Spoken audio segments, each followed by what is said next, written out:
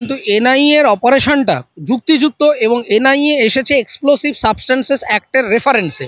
তার কারণ ওখানে একটা বিস্ফোরণ হয়েছে এবং মমতা বন্দ্যোপাধ্যায় যেটাকে চকলেট বোমা তুবড়ি এ সমস্ত কী সব বলে উড়িয়ে দিতে চাইছেন, একটা চকলেট বোমা ফাটলে আজকে 3টে মানুষের প্রাণ যেতে পারে। তো কত বাচ্চারা তো কালীপটকা চকলেট বোমা ফাটায়। তো সেই ওই একটা তুবড়ি ফাটলো, একটা চকলেট বোমা ফাটলো, সেখানে একটা গ্রামের 4-5টা বাড়ি উড়ে গেল।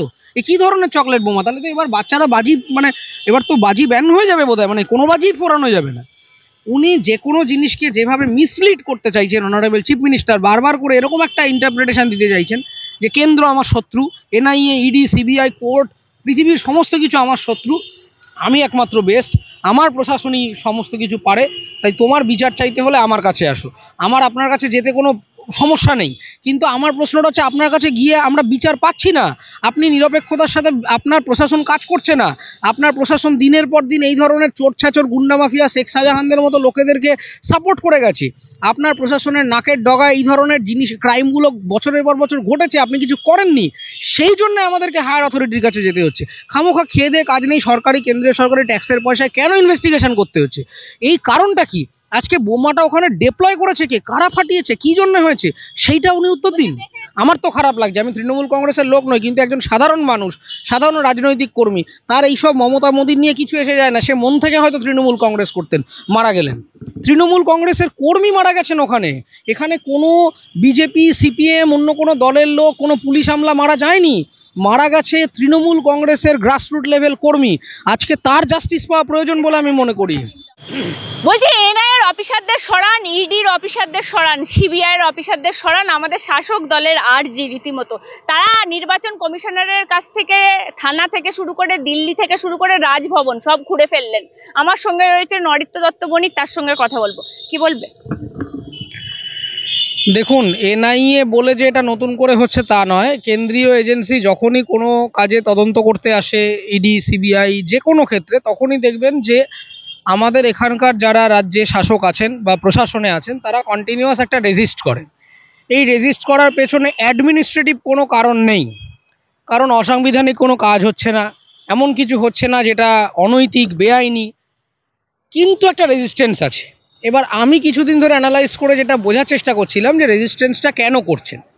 এবং আপনি যদি ভালো করে দেখেন, পুলিশ মন্ত্রী হিসাবে মমতা ব্যানার্জির স্টেটমেন্ট এবং তারই পুলিশ এসপি, ওসি, এরা যারা আছে, তাদের স্টেটমেন্ট মিলছে না। এসপি বলছেন যে হ্যাঁ, আমার থানায় এসেছিল এনআইএ, তারা ইনফর্ম করেছে, চিঠি নিয়ে এসছে, আমরা সেইভাবে টিম ডিপ্লয় করেছি। আর চিফ মিনিস্টার বা পুলিশ মন্ত্রী বলছেন যে না, পুলিশকে কিছু জানায়নি, এনআইএ নিজের মতো করে চলে গেছে। ফলে বক্তব্যে ইনকনসিস্টেন্সি রয়েছে। এই এক কাণ্ড কিন্তু সন্দেশখালিতেও হয়েছিল। শাহজাহানকে নিয়েও বলেছিলেন যে না, শাহজাহান কেউ কিছু করেনি টরেনি, তারপর আবার দেখলাম যে না, সেই পুলিশই আবার বললো যে না, ওর নামে 40-41টা মামলা রয়েছে। ফলে পলিটিক্যাল ফিগার হিসেবে মমতা ব্যানার্জি কেন রেজিস্ট করছেন, তার অনেক কারণ থাকতে পারে, কিন্তু আমার যেটা মনে হয়েছে সেটা হচ্ছে যে আজ থেকে বেশ কিছু বছর আগে মমতা বন্দ্যোপাধ্যায়কে প্রজেক্ট করার চেষ্টা করেছিল Trinamool Congress as a prime minister বা ন্যাশনাল ফিগার।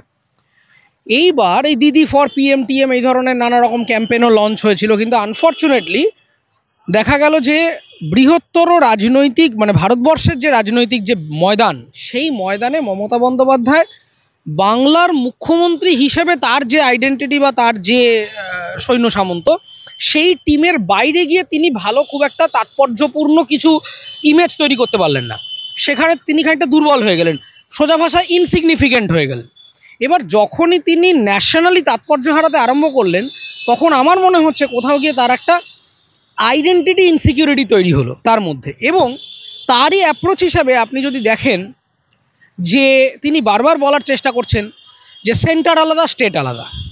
তিনি কিন্তু একবারও বলছেন না যে এনআইএ মহিলাদেরকে যে অ্যাবিউজ করেছেন বা তারা সিআরপিসি ফলো করেনি বা তাদের যে যাওয়াটা সেটা অনৈতিক, সেটা তিনি বলছেন না।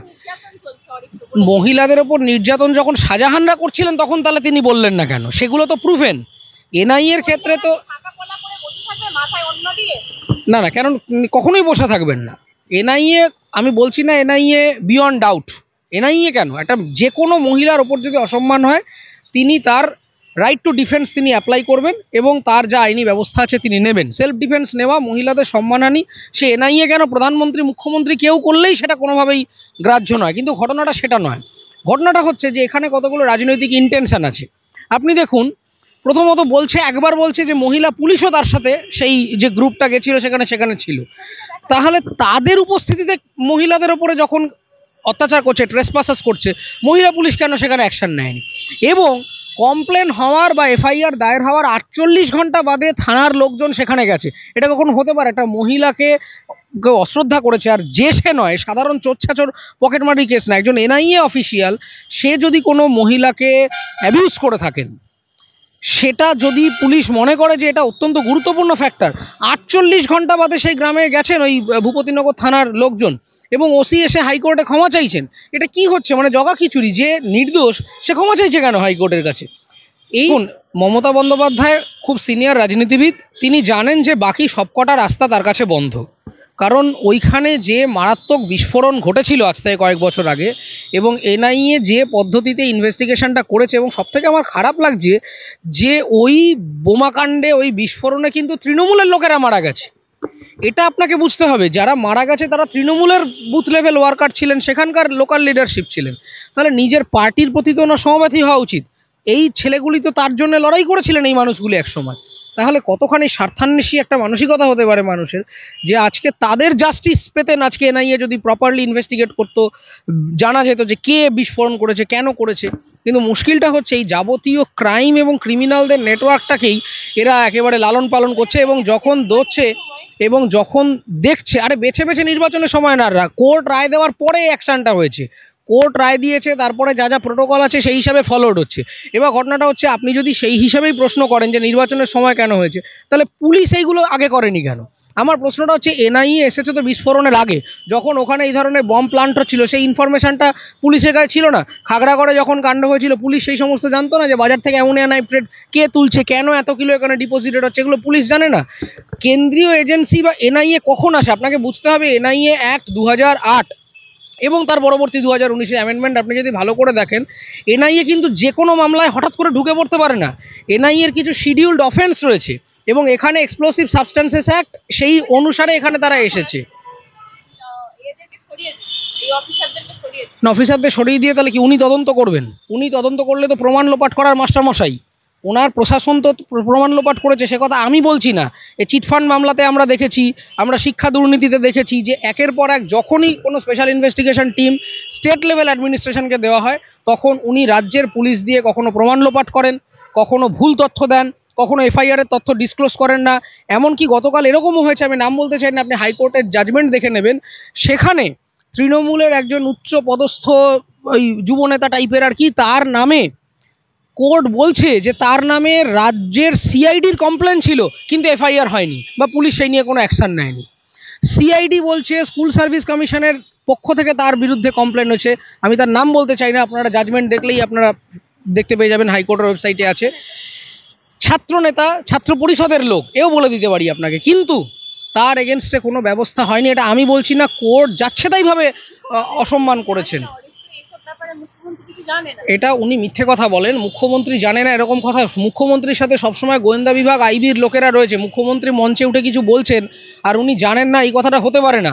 আমি মুখ্যমন্ত্রী নই যে খবরের কাগজ পড়ে যাচ্ছি। খবরের কাগজে ছাপার 12 ঘন্টা আগে মুখ্যমন্ত্রীর কাছে ইনফরমেশন চলে যায় যে কোথায় কি হচ্ছে, কে কি করছে না করছে। সেটা যদি না হতো তাহলে উনি মঞ্চে দাঁড়িয়ে বলতেন না যে এনআইএ এটা করেছে, ওটা করেছে, সেটা করেছে। দেখুন, সেটা হচ্ছে ওনার কমিউনিকেশনটাই হচ্ছে মানুষকে ভুল বোঝানো।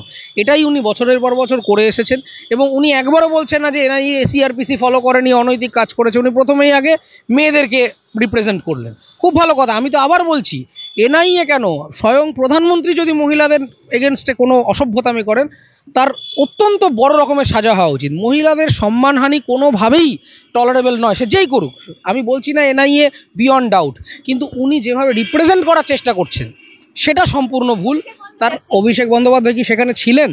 তা ওনাকে যখন আমরা বলি যে চুরি দুর্নীতি, তখন অভিষেক বন্দ্যোপাধ্যায় বলেন যে তদন্ত অধীন কোনো বিষয় নিয়ে আমি কথা বলবো না যতক্ষণ না প্রমাণিত হচ্ছে। এনআইএ যে ওখানে গেছিল সেই এভিডেন্সটা তো কোর্টে প্রুভেন নয় যে ওখানে মানে গেছিল মানে গিয়ে যে কোনো সম্মানহানি করেছে। তাহলে উনি কি করে এটা অ্যাফার্ম করে বলছেন যে কে কিভাবে শুয়েছিল, কার পোশাক আশাক খোলানো হয়েছে? একটা এফআইআর এর ভিত্তিতে উনি কথা তাই যদি হতো তাহলে 40টা এফআইআর তো শাহজাহানের নামে রয়েছে। তা সত্ত্বেও কি করে আজকে শাহজাহান দিনের পর দিন তৃণমূলের ওখানে পঞ্চায়েত প্রধান ছিল?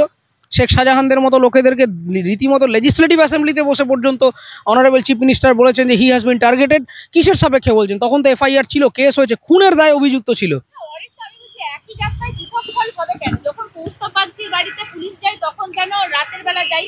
তারপরে আমি তোমায় বলছি, যখন সাংবাদিকদের বাড়ি যাই পুলিশ গিয়ে সাংবাদিককে তোলার চেষ্টা করে তখন কেন রাতের বেলা যাই? তাহলে কেন এনআইএ যদি তদন্তের স্বার্থে যায় তাহলে সেক্ষেত্রে ক্ষতি কি? আমি জিজ্ঞাসা করি। প্রথম কথা হচ্ছে ন্যাশনাল ইনভেস্টিগেটিং এজেন্সি একটা অ্যান্টি টেররিস্ট এই ধরনের কাজকর্ম করবার জন্য গেছে। তারা কিন্তু ওখানে কোনো মানে পিকনিক করতে যায়নি। ফলে তারা যখন তদন্ত করতে যাবে তারা এমনভাবেই যাবে, সেই সময়টাতেই যাবে যাতে আশপাশের ঝামেলা ঝঞ্ঝাট কম হয়, কিংবা ইনফ্লুয়েন্স কম হয়, কিংবা কোনো যদি সাসপেক্ট থাকে সে যাতে ম্যানিপুলেটেড হতে পালিয়ে না যেতে পারে। মমতা বন্দ্যোপাধ্যায়ের পুলিশ রাত্রেবেলা কাজ করে না? রাত্রেবেলা মানে সূর্য অস্ত চলে যাওয়ার সঙ্গে সঙ্গে কি আমাদের স্টেট পুলিশরা সবাই ঘুমিয়ে পড়ে, তারা বাড়ি চলে যায়? রাত্রেবেলা গোয়েন্দা বিভাগে কেউ থাকে না? রাত্রেবেলা বাংলার পুলিশ কোনো অপারেশন করে না? আরে রাত্রেবেলা বাংলার না না বাংলার পুলিশ মধ্যরাতে কোনো কাজ করে না কি? আমরা এই যে আজকে এই যে সন্ধেবেলা আমি দাঁড়িয়ে আছি, আর 1 ঘন্টা বাদে বাড়ি যাব, এখন 9টা বাজতে চলেছে আমার ঘড়িতে। তা এই বাড়ি যেতে যেতে আমার যে 11টা বাজবে সেটা তো মধ্যরাত। রাস্তায় কি একটিও পুলিশ পাবো না? পাবো তো। কোনো অন্যায় করলে তারা তো শাস্তি দেবেন। আমি যদি আজকে একটা বোমা নিয়ে যাই পুলিশ তো আমাকে গ্রেফতার করবে। আমি তখন বলবো যে না, এখন রাত্রি 11টা বাজে আপনি করবেন না, কাল সকালে 8টায় আসুন, আমি দাঁত মেজে চা খেয়ে তারপরে খবরের কাগজ পড়তে পড়তে যাবো। একজন অপরাধীর এগেনস্টে তদন্ত করতে গেছে, ওরা ওখানে আড্ডা মারতে যায়নি। অপরাধীর বিরুদ্ধে তদন্ত করতে যাওয়ার পেছনে অনেক প্রোটোকল মেনে যেতে হয়, আর এটা যাচ্ছে তাই আবার একটা খুনের মামলা নয়। পুলিশকে এসপি বলছেন পুলিশকে জানিয়ে গেছে, মিথ্যে কথা বলছেন, সমস্ত জানে মিথ্যে কথা বলছেন। উনি বারবার মিথ্যে কথা বলছেন। ওনার ওই লোকাল থানার এসপি পর্যন্ত বলেছে হ্যাঁ আমাদের কাছে এনআইএ অফিসাররা আগে এসছেন সকালবেলা, এসে এই সমস্ত কথা হয়েছে, কাগজ দেখিয়েছেন, 5টা টিম ভাগ হয়েছে। মিথ্যে কথা বলে মানুষকে ভুল বোঝানোর জন্য আছেন। উনি model code of conduct violate করে ওখানে সিডিশনের মতো অন্যায় করছেন, মঞ্চে দাঁড়িয়ে হিংসা ছড়াচ্ছেন, মঞ্চে দাঁড়িয়ে বলছেন যে ইয়ে করুন, কি বলে, এই ইডি সিবিআই এই সমস্ত এলে এদেরকে আমরা দেখে নেবো, এরা সবাই আমার শত্রু। সবাই ওনার শত্রু। তাহলে ওনার বন্ধুকে? ওনার কোনো বন্ধু নেই। ওনার বন্ধু শুধুমাত্র ওনার পুলিশ, যারা প্রমাণ লোপাট করবে, যারা ক্রিমিনালদের হয়ে সওয়াল করবে। আর আমার আবার অবজেকশন হচ্ছে, আপনারাই কিন্তু এই কথাগুলি বলেন, এই কথাটা ভুল বলেন না যে তদন্ত অধীন কোনো বিষয় নিয়ে স্টেটমেন্ট দেওয়া উচিত নয়। এটা অভিষেক বন্দ্যোপাধ্যায় থেকে মমতা বন্দ্যোপাধ্যায় থেকে বারবার করে বলেছেন যে শেখ শাহজাহানকে দোষী বলছেন, ও কি প্রমাণিত? আপনি পার্থ চ্যাটার্জিকে চোর বলছেন, সে কি প্রমাণিত? মামলা তো চলছে এখনো। ঠিক কথা। তাহলে এনআইও যে রাত্রেবেলা গিয়ে ওখানে কোনো মহিলাকে সত্যিই অ্যাকচুয়ালি কোনো রকম অফেন্সিভ আচরণ করেছিলেন কিনা, নাকি এর পেছনে কোনো পলিটিক্যাল ইন্টেনশন আছে, সেটাও তো তাহলে এখনো প্রমাণিত নয়। তাহলে কি করে চিফ মিনিস্টার থেকে অভিষেক বন্দ্যোপাধ্যায়ের মতো গুরুত্বপূর্ণ পলিটিক্যাল ফিগার তারা স্টেজে দাঁড়িয়ে অ্যাফার্ম করে বলছেন হ্যাঁ ওখানে ওই সময় ওইভাবেই ওই ব্যক্তি শুয়েছিলেন, তাকে এইভাবেই করা হয়েছে? উনি কি ওখানে সিসিটিভি লাগিয়ে রেখেছিলেন? উনি কি দেখেছিলেন? যদি ভাই বলে থাকে তাহলে বুঝতে হবে যে এটা ওনাদের একটা সাজানো ন্যারেটিভ, এটা ওনারা জানতেন। উনি একজন মহিলাকে মানে অভব্যতা করা হয়েছে মহিলার সাথে, তিনি শুয়েছিলেন না বসেছিলেন, তাকে কিভাবে অসম্মান করা হয়েছে সেই ইনফরমেশনটা অভিষেক বন্দ্যোপাধ্যায় জানছেন কি করে? সেটা তো এফআইআর এ লেখা থাকবে, পুলিশ জানবে। পুলিশ তো সেরকম কিছু বলেনি। কিন্তু তাহলে পুলিশ যখন একটা এফআইআর দায়ের করেছে, এফআইআর দায়ের করবার পরে সেটা কোর্টে মামলাটা পেশ হবে, যদি প্রমাণিত হয় অ্যাবসলিউটলি ব্যবস্থা হবে। আমি পক্ষে আবারও বলছি যে মহিলার এগেনস্টে অনাচার কখনোই কাম্য নয়। কিন্তু ঘটনাটা হচ্ছে যেভাবে আপনি একেবারে নিজেই বিচারপতি হয়ে উঠে বলে দিচ্ছেন যে হ্যাঁ ওইভাবেই ছিল, এইটাই করেছে সেটাই করেছে, তাহলে শাহজাহানের বিরুদ্ধে যখন হয়েছিল, পার্থ চ্যাটার্জিদের বিরুদ্ধে যখন হয়েছিল, তখনও আপনারা মেনে নেবেন তো যে সত্যিই এনারা চুরি করেছিল, সত্যিই আপনাদের নেতাদের এত কোটি কোটি টাকা, সত্যিই আপনারা যোগ্য মানুষের চাকরি না নিয়ে ঘুষ খেয়ে চাকরিতে দিয়েছেন? তখন যেন আবার আদালত, ন্যায়, নীতি, আদর্শ এই কথাগুলো না বলেন। অভিজিৎ গাঙ্গুলি যে চাকরি খেয়েছেন এটাও আবার মিথ্যে কথা। চাকরিটা কার খেয়েছেন? যারা ঘুষ দিয়ে অনৈতিক উপায়ে চাকরিতে ঢুকেছিল তাদের চাকরি খেয়েছেন। তাহলে কি মমতা বন্দ্যোপাধ্যায় যারা অনৈতিকভাবে অযোগ্য প্রার্থী, যারা কোনো রকম পরীক্ষা না দিয়ে ফাঁকা খাতা জমা দিয়ে লক্ষ লক্ষ টাকা নেতাদের পকেটে দিয়ে ওখানে এতদিন ধরে সরকারি মায়না তছরূপ করেছে, তাদের পক্ষে কথা বলছেন? তাদেরকে ছাঁটাই করাটা মানে আইনের অন্যায় হয়েছে? আর যারা রাস্তায় হাজার হাজার শিক্ষার্থী ওখানে বসে রয়েছেন, যারা যোগ্য ক্যান্ডিডেট, যারা পরীক্ষা দিয়ে পড়াশোনা করে খেটে খুঁটে নম্বর পেয়েছেন, তাদের তাদের জন্য আইন নয়? কোন ছুটিয়ে বেড়াবে না গড়াগড়ি খাইয়ে বেড়াবে সেটা আমার কনসার্ন না। কনসার্ন হচ্ছে আপনাকে জানতে হবে যে অভিজিৎ গাঙ্গুলি যা যা রায় দিয়েছিলেন বিচারপতি হিসেবে, সেই রায়ের অধিকাংশ যখন সুপ্রিম কোর্টে রিভিউ পিটিশন ফাইল হয়েছে, আইদার সেটাকে উইথহেল্ড করা হয়েছে অথবা স্টে দেওয়া হয়েছে। আজ অবধি সুপ্রিম কোর্ট বা কোনো হায়ার জুডিশিয়াল বডি এখন অবধি বলেননি যে অভিজিৎ গাঙ্গুলির রায়গুলি ভুল কিংবা সেটাকে ওভারটার্ন করা হচ্ছে। ফলে যতক্ষণ না পর্যন্ত একটা জুডিশিয়াল ডিসিশনকে কেউ ওভারটার্ন না করছে, মমতা বন্দ্যোপাধ্যায়ের কি জুডিশিয়াল এখতিয়ার আছে যে তিনি বলে দিচ্ছেন যে কোন বিচার ঠিক হয়েছে কোন বিচার ভুল হয়েছে? প্রথম কথাটা হচ্ছে, আবারও বলছি, মমতা বন্দ্যোপাধ্যায় মানুষকে ভুল বোঝাচ্ছেন। অভিজিৎ গাঙ্গুলির বিচারে এমন একটি মানুষেরও চাকরি যায়নি যিনি যোগ্য, যিনি সত্যিই পরীক্ষা দিয়ে সঠিক ইন্টারভিউ স্ক্রুটিনির মধ্য দিয়ে গেছেন। তাদেরই চাকরি গেছে যারা দিনের পর দিন এই পার্থটা চ্যাটার্জি এই ধরনের অসভ্য লোকগুলোর পকেটে পয়সা দিয়ে আজকে কোনো রকম যোগ্যতা নেই তাদের ওখানে বসেছেন, শিক্ষা ব্যবস্থাটাকে ভঙ্গুর করেছেন, আমাদের রাজ্যের ভবিষ্যৎকে নষ্ট করেছেন। সেই লোকগুলোর চাকরি গেছে এবং বেশ হয়েছে। সেই ধরনের অসভ্য, অনৈতিক, এই ধরনের বদমাশের চাকরি গেছে। এরা শিক্ষক, একটা শিক্ষক অনৈতিকভাবে শিক্ষক হবেন আদর্শ শিক্ষককে দেশে দেখে পরবর্তী যুব সমাজ, পরবর্তী ছাত্ররা। দেখুন, আসলে চিফ মিনিস্টার চাকরি দিতে পারেন না, তো সেজন্য ওনারা তো গায়ে লেগে যাচ্ছে। উনি এসব বলেন মাঝে মধ্যে, আমরা চাকরি দেবো, 5 লাখ চাকরি দেবো, 10 লাখ চাকরি দেবো, এসব ভোটের ইস্তেহারে নানা রকম কথাবার্তা বলে, কিন্তু একটা পর্যন্ত উনি সঠিক কোনো রকম এমপ্লয়মেন্ট দেখাতে পারেননি। আজকে যে সমস্ত কলেজ বিশ্ববিদ্যালয়গুলিতে পার্ট টাইম টিচার নিয়োগ হচ্ছে, দেখবেন 300 টাকা পার ডে, 1000 টাকা মাসে, এই স্যালারি স্কেলে কাজ হচ্ছে। কি অবস্থা আমাদের দেশের! একটা লোকের পিএইচডি করা ক্যান্ডিডেট, তারা পড়াতে আসবে, 300 টাকা পার ক্লাস রেমুনারেশন। এগুলো একটা আমার সাজানো কথা না, বিভিন্ন ইউনিভার্সিটির নোটিশ যখন বেরোচ্ছে সেখানে এই পে স্কেলগুলো লেখা থাকছে। এইটা দেখে মুখ্যমন্ত্রীর লজ্জা হয় না যে আমি কি রাজ্যের শিক্ষা ব্যবস্থা বানিয়েছি? যে একটা লোক গ্র্যাজুয়েশন করছে, মাস্টার ডিগ্রি করছে, পিএইচডির মতো একটা রিগোরাস ডিগ্রি নিয়ে এসে সে তারপরে 300 টাকা পার ক্লাসে পার ডের জন্য যাবে পড়াতে। এইটা একটা শিক্ষকের সম্মান? এইটা তার শিক্ষা এবং পরিশ্রমের যোগ্যতা?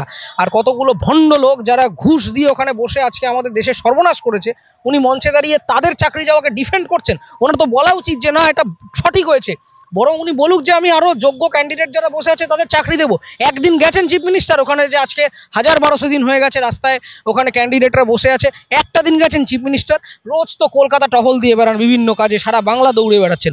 একদিন ওনার যাওয়া উচিত ছিল না? উনি একদিন মনে করেননি সন্দেশখালিতে যাওয়ার জন্য? কিন্তু ওনার ভোটের সময় এসে হঠাৎ মনে হলো যে যা যা রায় বিচারপতি দিয়েছেন সব ভুল হয়েছে, ইডি সিবিআই যা যা বলছে সমস্ত কিছু ভুল। মানুষ সত্যিই রায় দেবে এবং সেই রায়টা কি হবে সেটা ইলেকশন রেজাল্ট দেখলে আপনারা বুঝতে পারবেন। কারণ মানুষ, আমি এটুকু আপনাকে গ্যারান্টি দিয়ে বলতে পারি, যতটুকু আমার মনে হয়েছে, যে দুর্নীতির বোঝাটা তৃণমূল কংগ্রেসকে টলিয়ে দেবে অনেকটা। কারণ মানুষ এতদিন অনেক রকম ভুলভাল বুঝেছিলেন, কিন্তু বিগত কয়েকদিনের বিশেষ যে পরিমাণ দুর্নীতি আমাদের ক্যামেরার সামনে আপনারা নিউজ চ্যানেলগুলি দেখাচ্ছেন, তাতে মানুষকে আর মিথ্যে কথা বলে ভুল বুঝিয়ে চলবে না। কারণ প্রত্যেকের হাতে এখন ক্যামেরা রয়েছে, প্রত্যেকের হাতে মিডিয়ার দরকার পড়ে না। আজকের দিনে দাঁড়িয়ে কোনো চ্যানেলের, একটা ব্যক্তিগত চ্যানেলের কোনো প্রয়োজন নেই যে সে মানুষকে বলবে, কারণ প্রত্যেকটা মানুষের হাতে ক্যামেরা আছে, ফোন আছে, ইন্টারনেট রয়েছে। সে যদি মনে করে যে এই খবরটা সত্যি কিনা আমি সার্চ করে দেখবো, ইন্টারনেট খুঁজে সে 1000 একটা পেপার, 1000 একটা রেফারেন্স পেয়ে যাবে। আর মানুষকে এত বোকা ভাববেন না। আমি একটা মিথ্যে কথা বলে দিলাম ক্যামেরার সামনে এসে, আর মানুষ সব বোকা মূর্খ সেটা ভেবে নিয়ে পরের দিন ভোট কাস্ট করে দিল, এটা কখনো হয় না। মানুষ বুদ্ধিমান, তারা জানে। কি বলবো, না না ঠিকই তো, জোড়া ফুলের সেটা তিনি বলতেই পারেন, তার ভোটের আইকন তিনি প্রমোট করবেন নিশ্চয়ই। যদি মানুষ যদি মনে করেন যে এখনো যতটুকু আশা বেঁচে আছে যে বাংলাকে এখনো বাঁচানো যায় এবং এই দুর্নীতিপরায়ণ অসৎ লোকগুলোকে আর তাদের ক্ষমতা দেওয়া উচিত নয়, তাহলে তারা অন্য ডিসিশন নেবে। আর যদি মনে করে যে না, যা বলছে মিথ্যে কথা, আরও ঝুড়ি ঝুড়ি মিথ্যে কথা বলবে, আরও দুর্নীতির পাহাড় ভারী হবে, আরও নেতামন্ত্রী আমলাদের বাড়ি গাড়ি আমরা এই সমস্ত দেখতে পাবো, আর সাধারণ ছেলেমেয়েরা যারা পড়াশোনা করছে, যুব সমাজ যারা যোগ্য মানুষ, তারা ডিএ পাবে না, চাকরি পাবে না, মাইনে পাবে না, তারা আস্তে আস্তে আস্তে আস্তে নিঃস্ব হয়ে যাবে, শেষে গভর্নমেন্টের কাছে গিয়ে ওই লক্ষ্মীর ভাণ্ডারের মতো হাত পাতবো। সেইটা যদি তারা মনে করেন যে সেটাই আসলে যোগ্য, তাহলে মানুষ নিশ্চয়ই জোড়া ফুলে ভোট দেবেন। কিন্তু মানুষের এবার নিশ্চয়ই ভাবার সময় এসেছে বলে আমি মনে করি।